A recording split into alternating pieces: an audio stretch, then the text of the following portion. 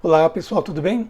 Meu nome é Mauro e estou disponibilizando esse curso voltado a elementos, elementais, voids e, bom, conforme aqui do lado nós temos a matéria que nós vamos ver. É um curso técnico, porém de fácil entendimento. Bons estudos para vocês!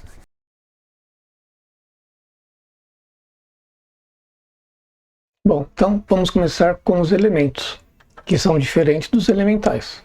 Muita gente fala elementares, sendo que queria falar elementais e fica aquela confusão. Não, são coisas diferentes, né? Vamos ver primeiro então o que são os elementais. E todos vocês já ouviram falar de duendes, fadas, certo? São histórias que vemos, ouvimos nos livros infantis, filmes, etc. Mas então, o que são os elementais? Os elementais são entidades espirituais relacionadas com elementos da natureza. Ou seja, são entidades ligadas aos elementos, água, terra, fogo e ar. Através dos elementais e de sua ação direta nos elementos, é que nós temos hoje aqui, ervas, flores, frutos, oxigênio, a água e tudo mais que a ciência chama como sendo de forças ou produtos naturais. Antigamente, os mais sábios conheciam a existência dos elementais naturais e acreditavam que eles movimentavam a dinâmica do universo através das mudanças climáticas, como marés, fogo, chuva, enfim, os fenômenos da natureza. Hoje, os ocultistas chineses, espiritualistas, todos que trabalham na linha espiritual, conhecem esses dinamizadores da natureza. É isso aí, eu disse dinamizador da natureza. Os seres elementais são nossos irmãos na criação divina. Podemos dizer que a sua consciência está em elaboração. Mas, na natureza, esses seres se agrupam segundo suas afinidades, formando famílias, como se fossem os elementos de uma tabela periódica. Os elementais fazem parte de uma corrente evolucionista, ou seja, eles não reencarnam como nós. Vivem um mundo paralelo ao nosso, em uma outra dimensão. E eles nunca tiveram uma experiência humana. Procedem de uma larga experiência evolutiva nos chamados reinos elementais. E, como princípios inteligentes que são, estão a caminho de uma humanização no futuro. Mas, Mauro, quando isso ocorre? Nós não sabemos e ninguém sabe. Só Deus tem essa resposta aí. Nós não. Os elementais desempenham um papel muito importante, auxiliando os encarnados e desencarnados nas reuniões mediúnicas. São naturalmente puros em suas intenções. Não têm sentimentos negativos, como ódio, inveja, ciúmes, egoísmo, né? Bom, diferente de nós, que ainda somos dominados por sentimentos e emoções negativas. Então, por termos essas variações de sentimentos bons e ruins, os elementais naturais não gostam da presença dos seres humanos, porque sentem essa carga, essa característica negativa e não estão acostumados com isso. São seres alegres, dispostos, além de serem inocentes, ingênuos em suas ações. Quando invocados, fazem o que os seres humanos pedem a eles. Eles são comandados por seres com grande capacidade intelectual, seres como o caboclo, preto velho, outras entidades, assim como os orixás intermediários, agindo sempre dentro das leis de Deus, claro, comandando a natureza nas suas mais diversas características.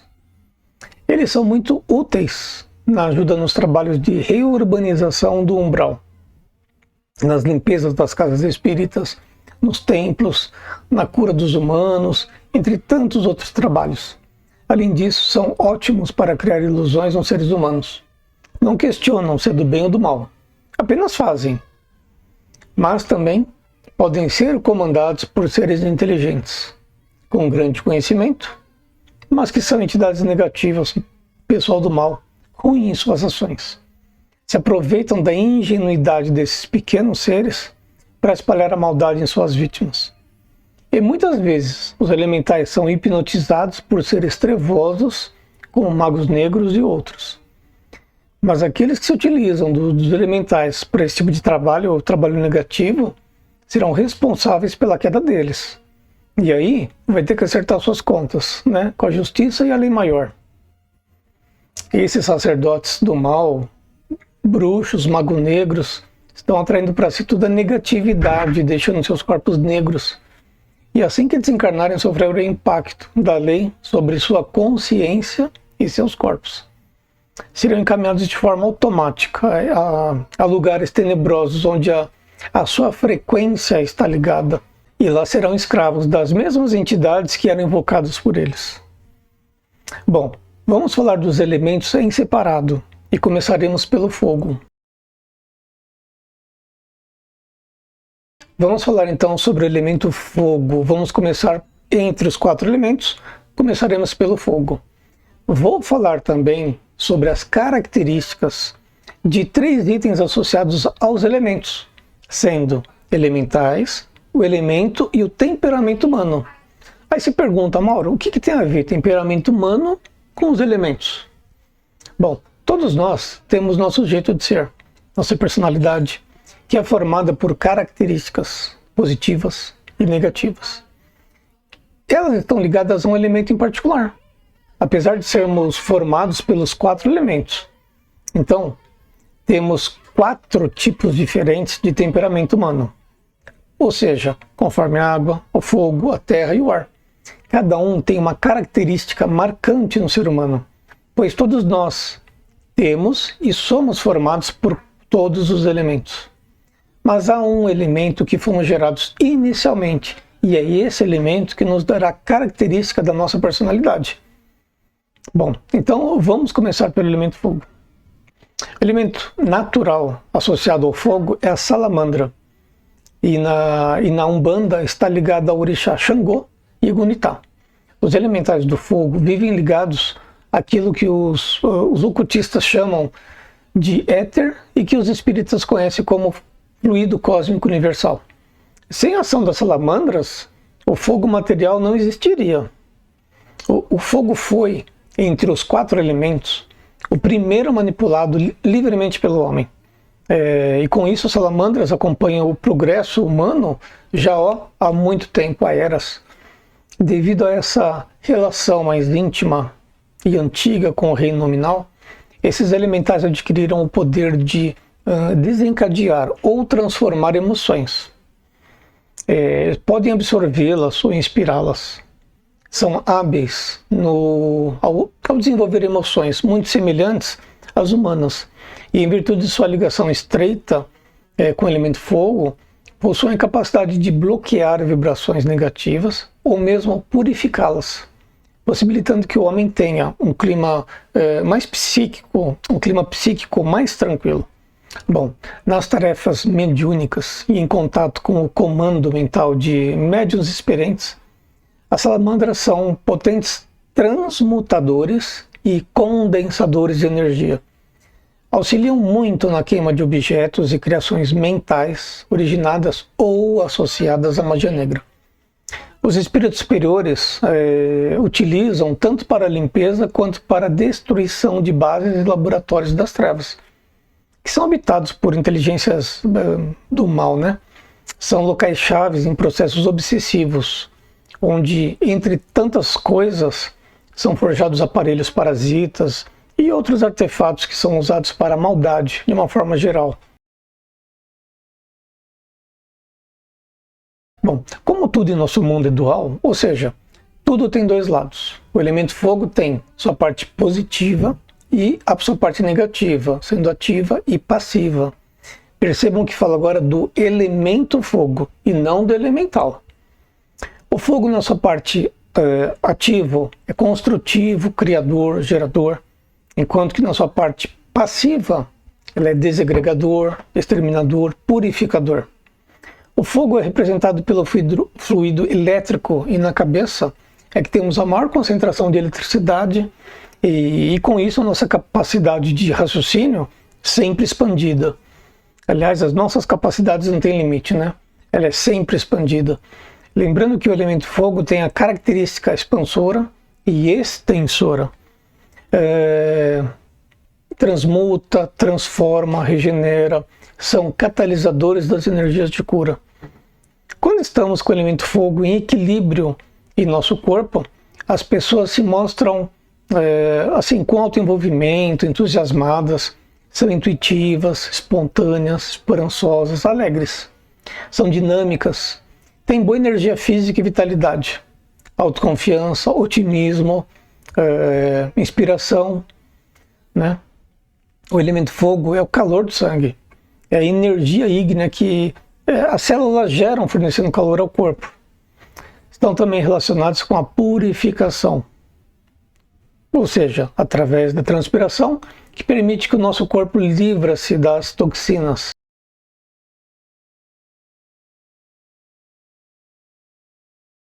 Em termos de temperamento humano, o fogo está ligado ao temperamento colérico e tem duas características, a positiva e a negativa.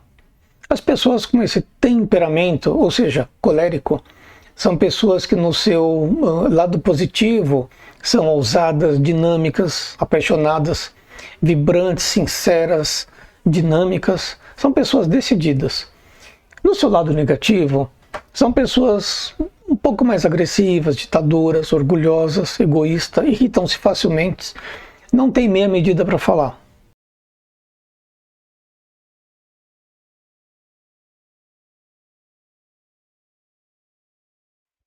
Bom, vamos falar um pouco do elemento ar agora. Em termos de elemento, o ar é a ponte do visível e do invisível. Ele traz um movimento de renovação no ser humano. Renovam o oxigênio, células, sangue, né? Regulam o fluido elétrico e fluido magnético no corpo e mantém em equilíbrio. Ele é o mediador entre o fogo e a água. A água sem o ar não gera, ela é estéril. E o fogo sem o ar não existe, pois o ar é um comburente e junto ao combustível faz com que o fogo exista.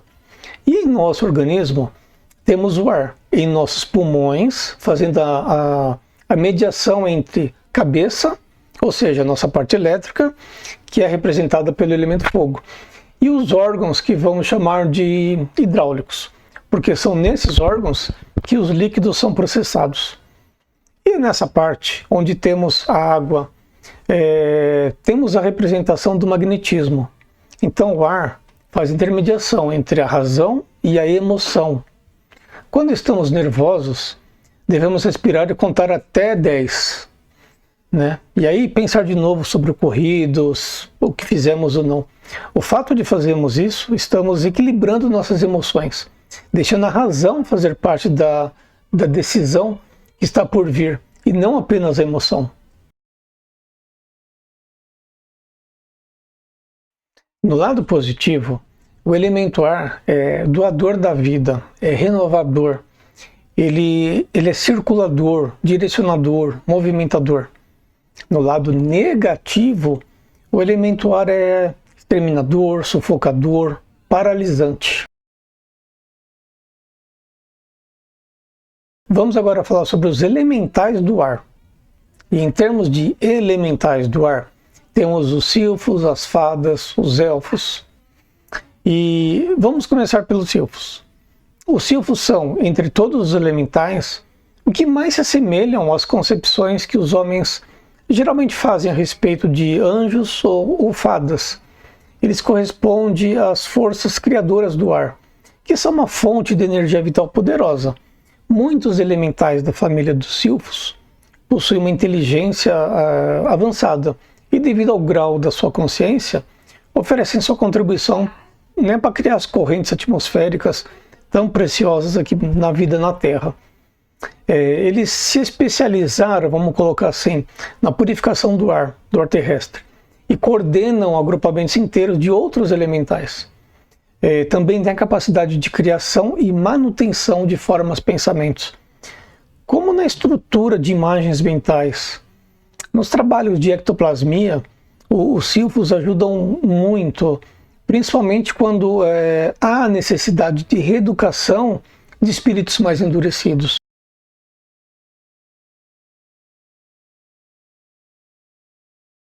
Bom, vamos para as fadas. As fadas são especialistas em emitir determinada substância capaz de manter por tempo indeterminado as formas mentais que foram construídas pelos espíritos superiores. Peraí, o que são formas mentais? São criações ou construções que as entidades produzem e, como exemplo, cito a reurbanização de locais trevosos, que após serem destruídos e limpos, são construídos, locais onde possam ser atendidos aqueles que estão necessitados. Bom, do mesmo modo, auxiliam os espíritos superiores na elaboração de ambientes extrafísicos com aparências belas paradisíacas. Quando espíritos perversos são resgatados de seus antros e bases sombrias, são as fadas, sob a supervisão de seres mais elevados, que auxiliam na reconstrução desses ambientes. São chamadas para fazer a limpeza de ambientes de instituições, templos, né, casas espíritas, umbandistas, etc. Elas transmutam o material astral, a matéria astral impregnada de fluidos tóxicos, em lugares de luz, lugares bonitos que expressam os bons sentimentos e pensamentos. Assim como são as colônias acima do nosso mundo. Bom, como a gente sabe, a renovação do nosso mundo começou já há muitos anos.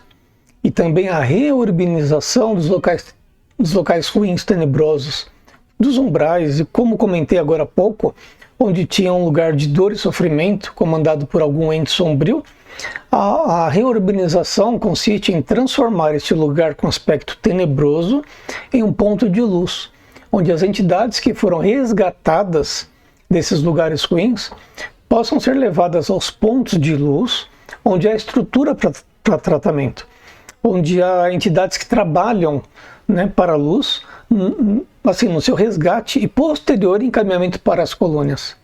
Então, os elementais naturais são de grande importância para esse trabalho de renovação, e cada um com a sua aptidão específica.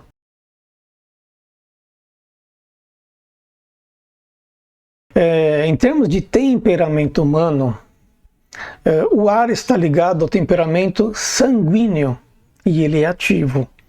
As pessoas com essas características, no seu lado positivo, elas são rápidas nas ações, criativas, divertidas, ideias, curiosas, são desprendidas, inteligentes, são emotivas, alegres, generosas. E no seu lado negativo, elas são inseguras, instáveis, impacientes, têm uma vontade fraca. Como curiosidade, o apóstolo São Pedro tinha essas características. Lógico, digo no seu lado positivo. Bom, legal. Já falamos de 2 elementos. Vamos agora para a água e depois a gente vai para a terra. Bom, o elemento água. Como elemento, a água está associada ao emocional dos seres. E sua característica está ligada ao magnetismo, enquanto o fogo está associado à eletricidade. No corpo humano, a água está ligada aos órgãos reguladores, abaixo dos pulmões, onde tem a nossa parte com mais quantidade de líquido. Por isso eu comentei na parte do elemento ar que ele é o equilíbrio entre o fogo e a água, pois ele equilibra as nossas emoções, a água, com a nossa parte racional, que é o fogo. Bom, como comentei também, os elementos têm seu lado positivo e seu lado negativo. No positivo, o elemento água é construtivo, gerador, doador da vida, fornece nutrientes e é preservador, além de ser um ótimo condutor de energia. No lado negativo, ele é desagregador, fermentador, decompositor, dissipador. É nele que temos o frio e a retração. Bom, como exemplo, uma magia simples, um copo com água e sal grosso atrás da porta de entrada, né? A água serve como um elemento que permite que as energias negativas sejam conduzidas, e o sal fará com que essas energias negativas sejam concentradas, vamos dizer, sugadas.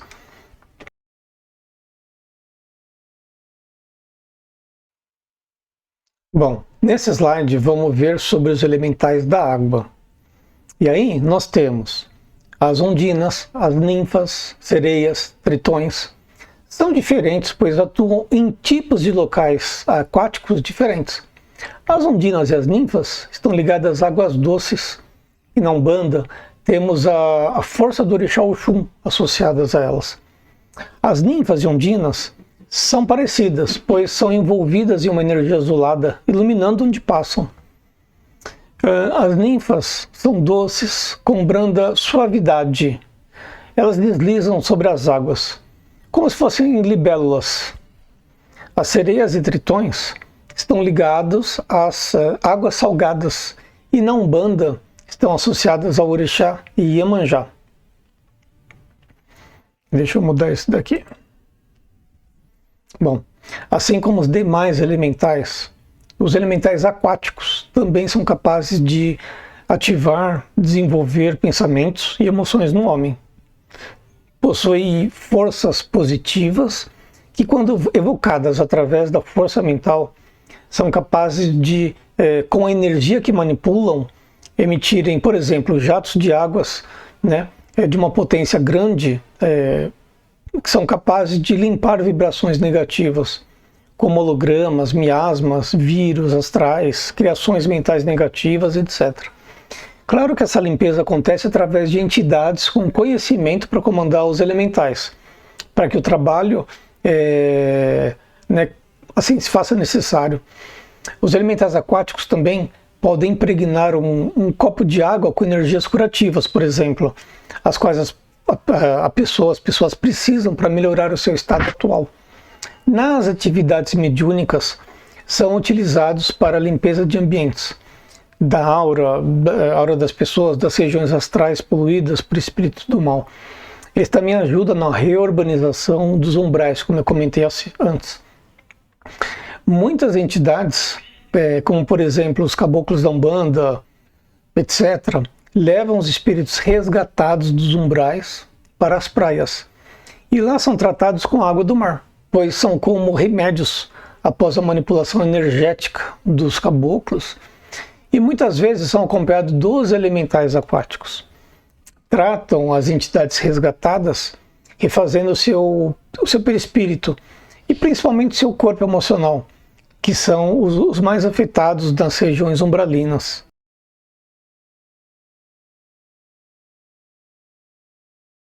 Bom, em termos de temperamento humano, a água está ligada ao temperamento fleumático e é passivo. As pessoas com esse temperamento, no lado positivo, geralmente são mais sonhadoras, tranquilas, equilibradas, são retas em suas ações, têm uma inteligência um pouco mais fria, mais calculista. No seu lado negativo, elas têm um pouco mais de inércia, sem vontade de fazer as coisas, não são sociáveis. Pode ser que elas fiquem obesas, porque são pessoas que não gostam de atividades, né? Sempre com preguiça.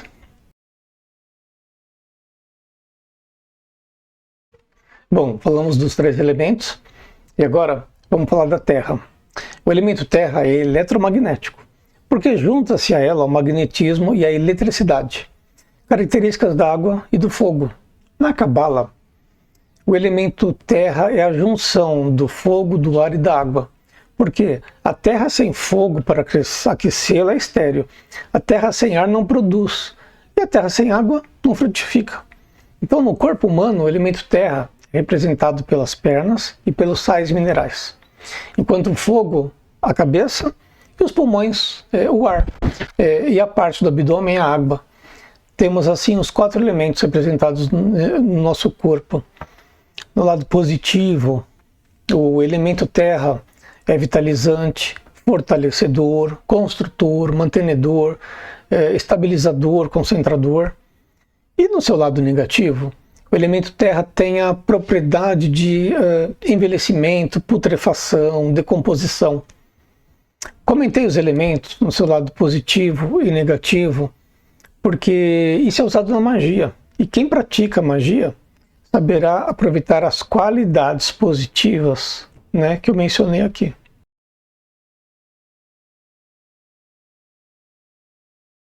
Bom, associado ao elemento terra, temos os duendes e gnomos. Os elementais da Terra são os obreiros da Mãe Terra, responsáveis pela solidificação de todos os corpos, não só de animais, como também de objetos. Tudo que é sólido possui uma correspondência energética com os elementais da Terra. E apesar das plantas possuírem ligação com todos os elementais, elas estão diretamente ligadas ao elemento terra, em razão da sua proximidade. Os gnomos são criaturas pequenas e assim robustas, são bastante calorosos e trabalhadores. E em muitos lugares da Europa não há diferenciação com os anões. Já os duendes são as conhecidas criaturinhas de cor verde e chapeuzinhos pontudos, que adoram aprontar. Os duendes vivem no reino vegetal, onde dominam e atuam, propiciando um ciclo de desenvolvimento adequado. Estão ligados energeticamente à Terra e participam do crescimento das plantas que são regidas por eles. São representados por seres verdes, dos quais o símbolo é o trevo, relacionado à boa sorte, né? Geralmente as histórias infantis trazem esses relatos aí. São descritos como tendo entre 15 e 30 centímetros de altura. Tem característica notável e cabeça em formato cônico, né? Mesmo sem o seu chapéu. Conseguem alterar sua cor, são bem rápidos nas suas ações. A energia dos elementais da Terra vem da direção norte, devido à representação do norte estar mais ligada ao futuro e aquilo que podemos enxergar assim, olhar para frente. Eles estão ligados aos bosques, matas, florestas, planícies, deserto. Nas reuniões mediúnicas, eles trazem o chamado bioplasma, que são extraídos das plantas, ervas, raízes, flores, e auxiliam nos tratamentos de cura das pessoas que procuram ajuda. Um elemental nesse slide aqui, não tão falado, é o abissal. Os abissais são relacionados também à Terra, e eles estão associados às cavernas e locais mais profundos, não permanecendo muito tempo na superfície. Atuam como transformadores, convertendo elementos materiais em energia, e são ótimos nos trabalhos quando há necessidade de criar roupas indumentárias para espírito que seja mais materializado. Trazem uma cota de energia primária essencial para a reconstituição da aparência perispiritual de entidades muito materializadas, inclusive quando perderam a forma de algum órgão ou sentem-se com membros e órgãos dilacerados.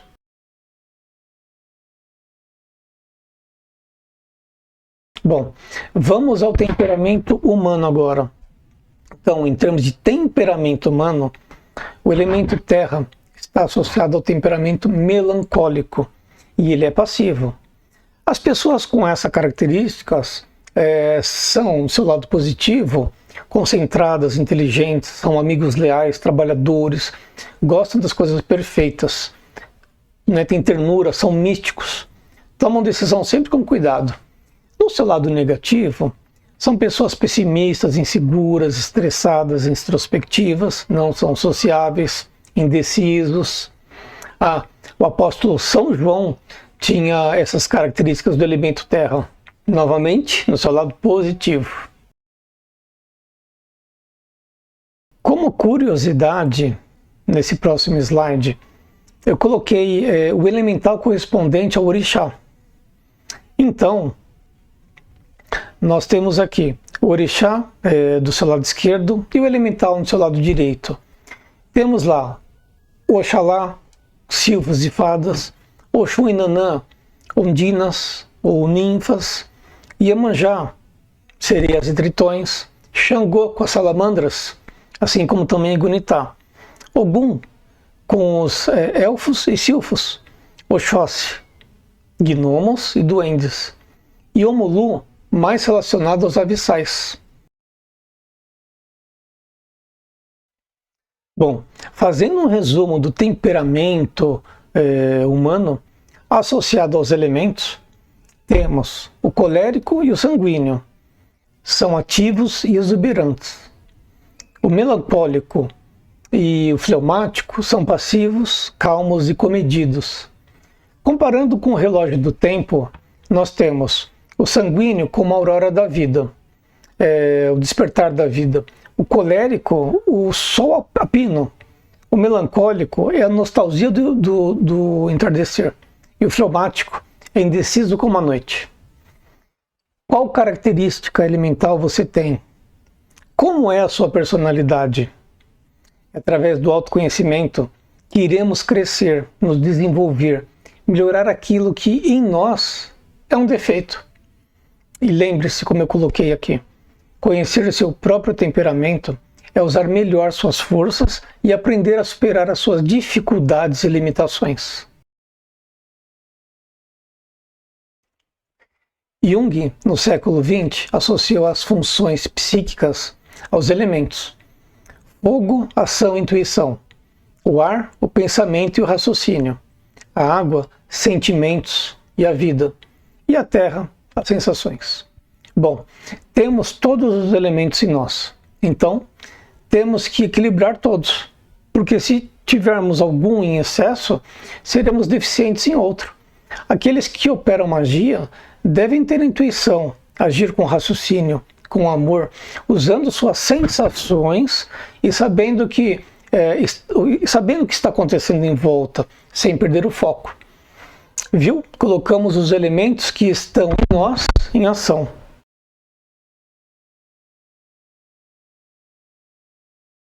Vamos falar agora sobre os elementares.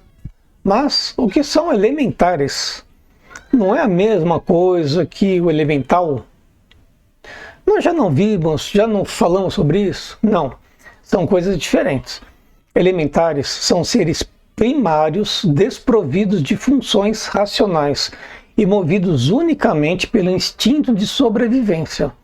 São seres sem faculdades superiores e encontram-se nos mais baixos graus da escala evolutiva. São comparados aqui no nosso plano às aranhas, lesmas, serpentes, sanguessugas. Estão na base da escala evolutiva. Eles destinam suas funções de consumir energias emanadas pelos espíritos negativos ou gerados pela natureza existente nas dimensões da vida em que vivem.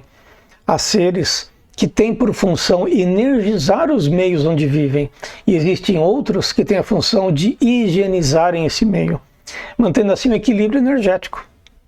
Imaginem se não tivesse como equilibrar os locais mais pesados com energias mais densas, como ficariam?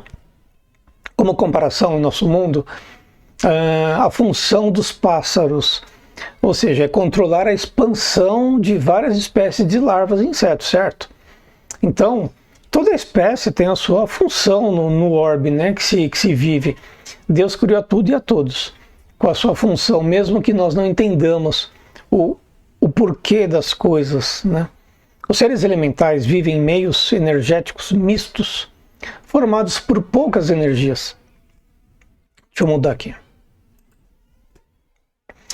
Em termos de magia, a magia elementar trabalha com seres inferiores e com energias derivadas das muitas formas de vida. Algumas formas elementares podem absorver as energias emanadas pelas pessoas que estão com um grande desejo sexual, por exemplo. E da mesma forma, quando as energias emanadas por animais no cio são consumidas pelos seres elementais, evitando que condensem no éter. Assim também são as energias de ódio, de inveja, pois são bem pesadas e se não consumidas, acumulam e tornam-se prejudiciais para os seres onde vivem. As energias de ódio alteram a vibração do meio onde se acumulam, e as energias de inveja tornam estéreis os meios onde se acumulam. A magia elementar trabalha com energias positivas, benéficas, ou negativas, as maléficas. E é praticada através de oferendas, e de outra forma são utilizados elementos mágicos para condensação, concentração ou como catalisador. Lembrando que toda magia negativa irá atrair através da frequência que o mago está sintonizado para as trevas, e quando este desencarnar, será atraído para o lugar para onde esses seres estão e são comandados por inteligências negativas perversas, onde sofrimento e angústia são indescritíveis. A magia elementar é dual ou bipolar, e os seres naturais não encarnantes e duais ou bipolarizados atuam como ativadores ou desativadores naturais. E para isso, devem ser oferendados em seus campos vibratórios naturais. As práticas de magia elementares negativas enviam para suas vítimas cargas pesadíssimas de intensas energias viciadas, acumuladas em determinadas faixas vibratórias negativas. As energias são geradas e irradiadas em seus íntimos por seres que nelas estão presos devido aos seus sentimentos negativos. O acúmulo dessas energias viciadas nessas faixas vibratórias é tão grande que as tornam insuportáveis aos espíritos equilibrados e luminosos. Quando magos negros abrem os portais negativos elementares, essas energias são enviadas o tempo todo para suas vítimas, saturando dessa forma os seus 7 corpos e os seus campos vibratórios. As vítimas dessas energias têm seus corpos inundados de formas estranhas de vida, e passam a alimentar-se de sua vitalidade, causando sentimento de doenças, mesmo que fisicamente não estejam doentes. Além disso, causam sobrecarga energética negativa, obstruindo chakras, acúmulo de parasitas em determinadas regiões do corpo energético. Ou seja, vai trazer dor e sofrimento. A pessoa que permanecer muito tempo nessas condições terá seu mental asfixiado e acostumará com esses sentimentos e emoções, pensamentos negativos, atraindo espíritos que estão na mesma sintonia, na mesma frequência, e assim haverá troca energética, onde um alimentará o outro.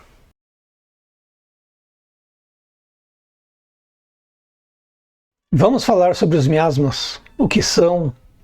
Já vi pessoas fazendo confusão com larvas, com elementares, etc., pensando que tudo é a mesma coisa. Conforme o dicionário, significa as emanações de corpos em decomposição ou ainda emissão de material fédido, putrefado. Mas na visão energética, são seres que corrompem a atmosfera espiritual, com cargas deletérias e nocivas. No mundo espiritual, o miasma está relacionado ao padrão de pensamento com nossas atitudes e comportamentos, como agimos e reagimos a determinadas situações. Assim, em uma casa onde tem apenas briga, desordem, palavrões, insatisfações, reclamações, pessoas viciadas em drogas, bebidas, onde a luz da oração, do evangelho não entra, esse lar fica saturado com energias negativas. Sua atmosfera fica carregada de partículas negativas e deletérias, que todo aquele que tem a maior sensibilidade sente o ambiente carregado, Pode sentir arrepios, tonturas, dores de cabeça. Nesse caso, a defumação pode limpar o ambiente e toda a sujeira acumulada nas paredes deste ambiente. E de novo, devemos policiar nossas atitudes, palavras, nossas ações, para que o lar fique sempre limpo, e com isso a gente evita futuras doenças, espíritos desordeiros que gostam de ambientes sujos, por sentimentos, por emoções negativas. Lembrando que o miasma atua em nosso corpo áurico e nos chakras. E miasmas e larvas são coisas diferentes. Vamos ver as diferenças dos miasmas e das larvas, ou vibriões. Acho que eu exagerei nessa imagem um pouquinho, Será? Não. Se formos aumentar as larvas e os vibriões, vamos ver que são coisas mais ou menos assim, conforme essa imagem aqui. Bom, de novo, segundo o dicionário, vibrião é a designação comum às bactérias móveis, em forma de bastonetes. E larva vem do latim larvae, que significa máscara, boneco, espantalho, demônio, espectro, que se apodera das pessoas. Temos vários nomes para as larvas, tem um montão. Vamos lá, vibriões astrais, larvas mentais, larvas espirituais, larvas fluídicas, larvas energéticas, vermes astrais, vibriões, bacilos psíquicos, larvas, etc. É um monte. Então, larvas astrais ou vibriões são formas, pensamentos semelhantes a micróbios físicos, criados pela viciação mental ou emocional da consciência, e atitudes, pensamentos, sentimentos desequilibrados. Eles são aderentes ao nosso corpo energético, e fixam em determinadas partes do corpo, conforme o tipo de sensação, emoção, sentimento negativo que estamos exalando, né? E se multiplicam com grande facilidade. Por exemplo, pensamentos em sexo. As larvas se acumulam nos órgãos sexuais e assim por diante. Olha que interessante, o livro Missionário da Luz, no capítulo 3, se não me engano, de André Luiz, nos mostra alguns exemplos. Se não leram, leiam. Ele cita um caso de um homem com várias larvas na região da bexiga e nos seus órgãos sexuais, formando colônias, né, e se movimentam de forma rápida, sugando tudo que podem lá. São bacilos psíquicos, né, da parte sexual. E isso aconteceu pela grande vontade de prazeres inferiores que essa pessoa teve. Isso acontece quando a pessoa cultiva, não só pela vontade ou falta, né, das suas emoções próprias através de experiências sexuais variadas, mas também pelo contato com entidades grosseiras que se afinam com esses pensamentos.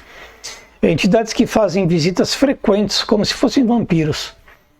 Outro exemplo é da bebida, onde a pessoa que é viciada no álcool tem seu fígado ou baço tomado por grandes quantidades de larvas astrais, tornando-os maiores que o normal. Essas larvas sugam, brigam com as células saudáveis, desequilibrando os órgãos e da pessoa. No caso da alimentação é a mesma coisa. A pessoa que come muito por gula, ansiedade,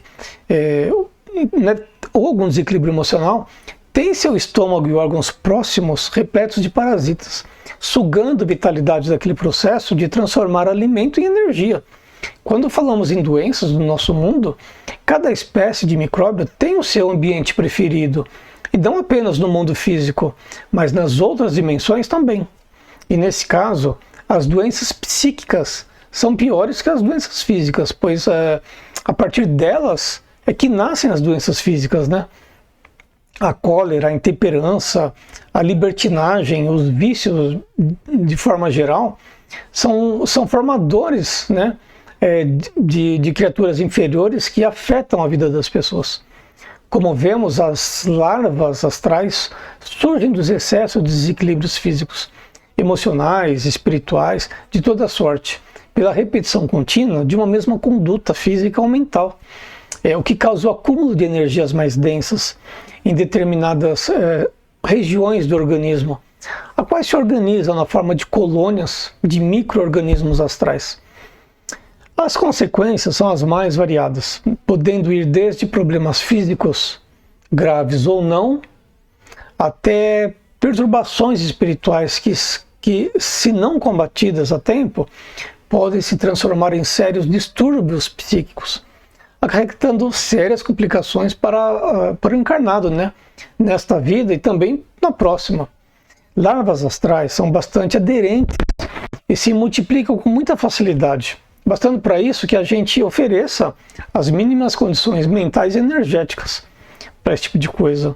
Dependendo da parte do corpo em que estes parasitas estão, causa uma reação diferente nas pessoas. Por exemplo, como eu coloquei aqui, na coluna vertebral pode causar irritabilidade, agressividade, ansiedade.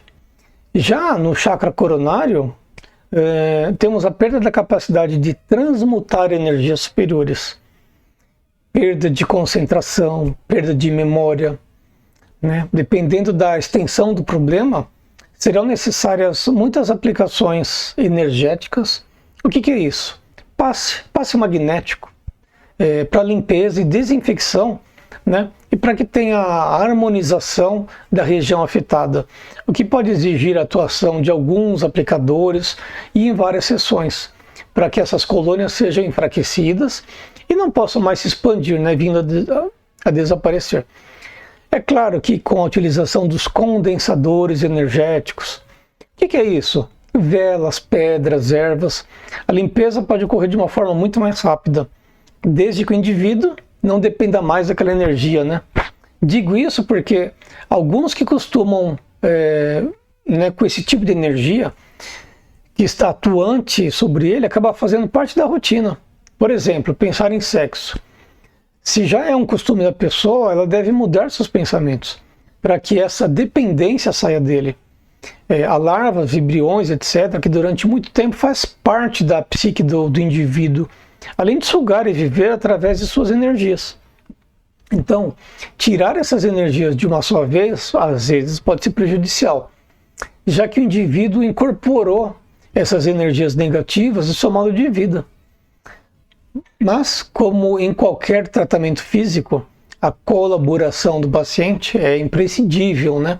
Uma vez que essas larvas são criadas e alimentadas pelas energias geradas pelo seu próprio pensamento, sentimento.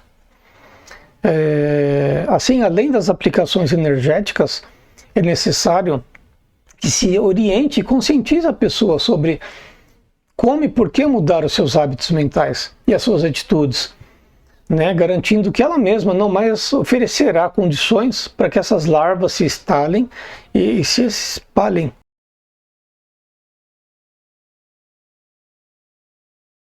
O que são os ovoides? E como eles atuam?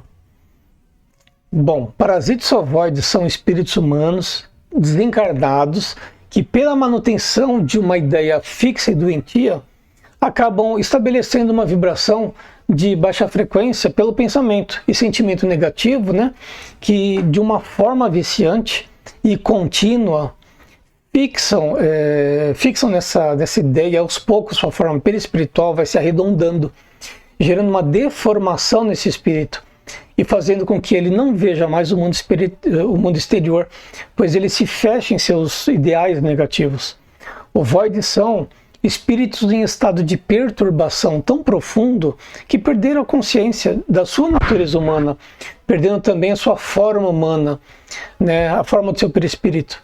Percebam que não perdem o perispírito, não se manifestam apenas em corpo mental, mas estão com o perispírito ou corpo espiritual ou ainda psicossoma tão deformado que esse não tem mais a forma humana, apenas uma forma ovalada. Isso trata-se de um monoideísmo auto-hipnotizante. Ele vibra de forma contínua e constante, de maneira desequilibrada, gerando uma energia que gira sempre da maneira igual e repetida pelo pensamento desequilibrado. Ao vibrar repetidamente da mesma frequência e em desequilíbrio com a lei cósmica universal, gera esse circuito arredondado, o que vai deformando e tornando o ovoide. A insistência do espírito em, por auto-hipnose, reviver pensamentos e sentimentos negativos, geralmente de apego, remorso e vingança, faz com que perca a noção de tempo e espaço. E aí vai se deformando aos poucos, se atrofiando por falta de funções dos órgãos do psicossoma, assumindo a forma do círculo vicioso em que ele vive mentalmente. Quando uma pessoa entra em estado vegetativo com seu corpo físico, não tem mais a capacidade de se manifestar com ele, mas não perde, o corpo continua vivo, embora inerte, né? No caso do ovoide e do psicossoma é a mesma coisa. Por isso a gente não pode falar na segunda morte, né, como a gente já ouviu por aí. Assim como o estado vegetativo do corpo físico ainda não é a primeira morte, embora possa estar em vias de ser. Ou seja, o perispírito entra numa espécie de estado vegetativo, mas não se desintegra ou desaparece. O ovoide não perde. É justamente o perispírito, aliás, que fica ovalado. Esse processo de ovoidização ocorre porque o psicossoma também é composto de moléculas, tal como o corpo físico. Por analogia, imaginemos as moléculas do corpo astral como as moléculas dos gases. Elas são maleáveis e se modificam ao sabor da pressão, da temperatura e até do recipiente que elas estão dentro.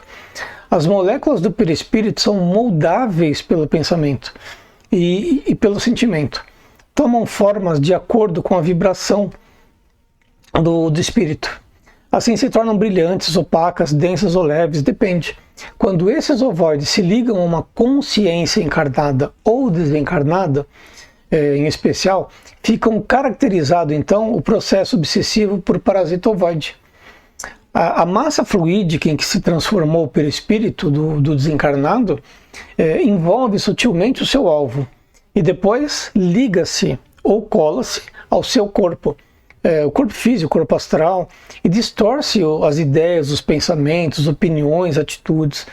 O ovoide é incapaz de manipular energias, de locomover-se, interagir conscientemente, de livre e espontânea vontade. Mas ele pode fazer isso no automático, pelo instinto, atraído pela sintonia. E para isso precisa do psicossoma, ainda que em estado precário, assim como mantemos funções básicas automáticas, como respirar, urinar, defecar, mesmo em estado vegetativo do corpo físico, né? O ovoide pode chegar à aura de alguém somente pela atração, o que essa pessoa exerce sobre ele, né? Nada mais é necessário para ligar esses dois. Basta sintonia entre os dois. Além da influência psicológica, os parasitas ovoides agem também drenando energias do obsidiado, podendo levá-lo até ao desencarne, caso não seja encarnado. É importante notar que, como em qualquer processo obsessivo, a ligação do parasita ovoide com a sua vítima nunca acontece sem a anuência ou a permissão da própria vítima, ainda que inconsciente, pelo hábito de cultivar pensamentos de remorso, ódio, egoísmo, o desejo de vingança, apego excessivo a coisas de pessoas, etc. Os espíritos que se tornam ovoides também podem ser hipnotizados por outras consciências, e não só pela auto-hipnose, infelizmente. Existem espíritos que têm profundos conhecimentos de hipnose e usam esse conhecimento para manipular a mente de outros desencarnados, transformando em ovoides. E aí eles pegam e alojam ele na aura de perispírito de encarnados que querem prejudicar. Por exemplo, um espírito que desencarnou de alguma doença grave, algum ser, alguém que era revoltado com a vida, que cometeu vários crimes, né? As entidades que têm conhecimento em hipnose e que são maléficas pegam esse desencarnado que teve uma vida desregrada aos olhos da lei, hipnotizam e o transformam em ovoide. Daí, as entidades negativas pegam esse ovoide e acoplam as suas vítimas encarnadas, as quais eles foram pagos para prejudicar. Dessa forma, a vítima terá uma energia de doença, de revolta, sendo descarregadas nela como se fossem doses de veneno todo dia, a todo instante. Logo, a vítima ficará doente, descrente de tudo, fraca em sua fé, vai ao médico, não vai achar nada, vai fazer exame e nada. Isso, infelizmente, é mais comum do que se pensa. É muito utilizado.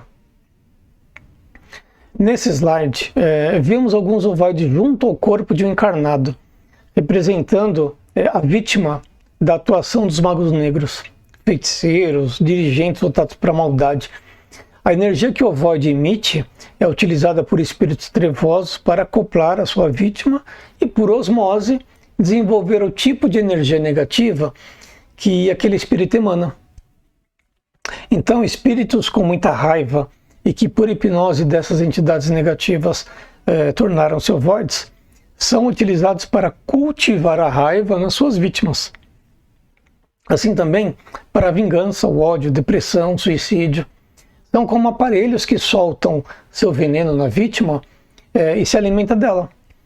Caso você trabalhe em algum lugar onde a base é espírita, umbandista, ou trabalhe com espíritos de alguma forma, é interessante toda vez que perceber um ovoide associado em algum paciente, tire-o da pessoa e entregue ao preto velho, caboclo ou chefe espiritual da casa, pois esse ovoide será tratado e um dia voltará a reencarnar, onde ganharão novamente a sua forma perispiritual. Mas, Mauro, como tirar no ovoide? Mentalize que com a mão está recolhendo, chame pelo seu guardião da lei, ou guardião da casa que trabalha, para poder encaminhar aquele ovoide para tratamento. Assim ele não será mais vítima de outros magos negros e poderá ter uma oportunidade de reencarnação.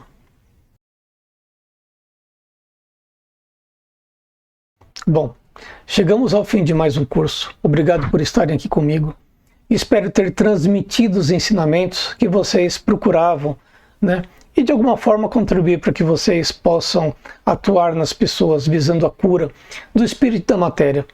Tem outros cursos na plataforma que irão ajudá-los a complementar os tratamentos que vocês desenvolvem, e se ainda não trabalham em prol do próximo, sei que estarão se preparando para que, quando a hora certa chegar, né, estarão capacitados. Fiquem com Deus e que Jesus nos proteja a todos. Obrigado.